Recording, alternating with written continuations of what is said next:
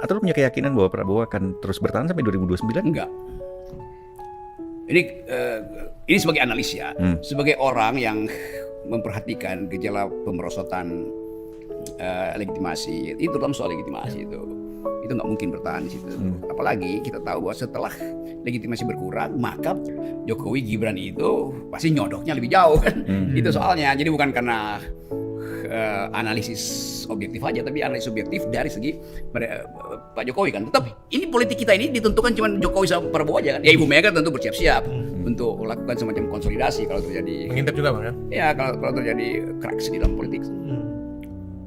Gitu. Katakanlah kemudian gitu ya, Prabowo sampai jatuh. Apakah Gibran akan jatuh juga? Ya pastilah. Nah, ya, karena itu social cost-nya berat buat Indonesia ini. Karena pendidikan politik, kaderisasi tidak intensif dilakukan selama 10 tahun. Jadi sebetulnya kegelisahan itu udah di sini.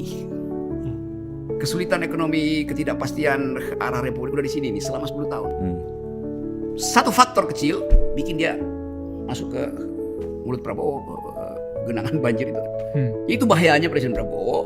Akumulasi dari kemarahan, inkonsistensi Presiden Jokowi itu tinggal nunggu hentakan gelombang kecil, dia nenggelamin Prabowo. Itu yang harus jujur kita terangkan itu, bahwa seandainya Presiden Prabowo itu suksesor dari ekonomi yang stabil dan politik yang bermutu, dia bisa bertahan sampai 2029. Jadi fondasi Prabowo tiba dengan gairah, tetapi kropos pelembagaan politik, saling curiga di antara etnis itu tinggi sekali itu.